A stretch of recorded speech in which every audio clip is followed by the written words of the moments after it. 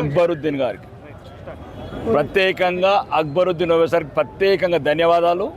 మా హిందువులని ఎంత హీనంగా మాట్లాడుతావు అంత హీనంగా మాట్లాడు.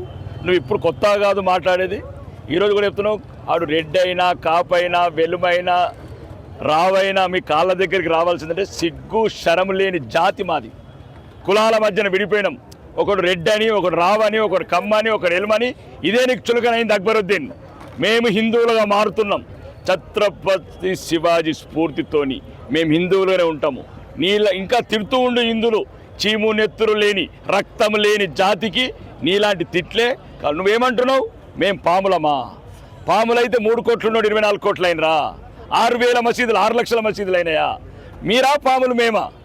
పాములు మీరు కాబట్టే పాకిస్తాన్లో మా హిందువులను చంపిర్రు, బంగ్లాదేశ్లో మా హిందువులు చంపిర్రు, పాములై కరిచిర్రు.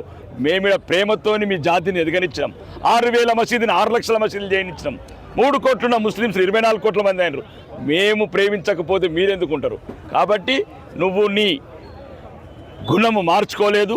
ఎప్పుడు హిందువులకు శత్రువులే మీరు. ఓవైసీ బ్రదర్స్ అంటేనే హిందువులకు బద్ధ శత్రువులు. ఈ బుద్ధి జ్ఞానం మా హిందువులకు రావాలి. నువ్వేమంటున్నావు? కల్మ చదవటోడే మీ వాడు అన్నప్పుడు ఈ కల్మ చదని విధవలకు తెలాల మేము ఒక్కటి కావాలని.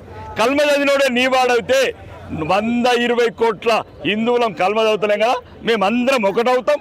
దానికి సరైన సమాధానం చెప్తాం. For more videos like this, subscribe Big TV channel.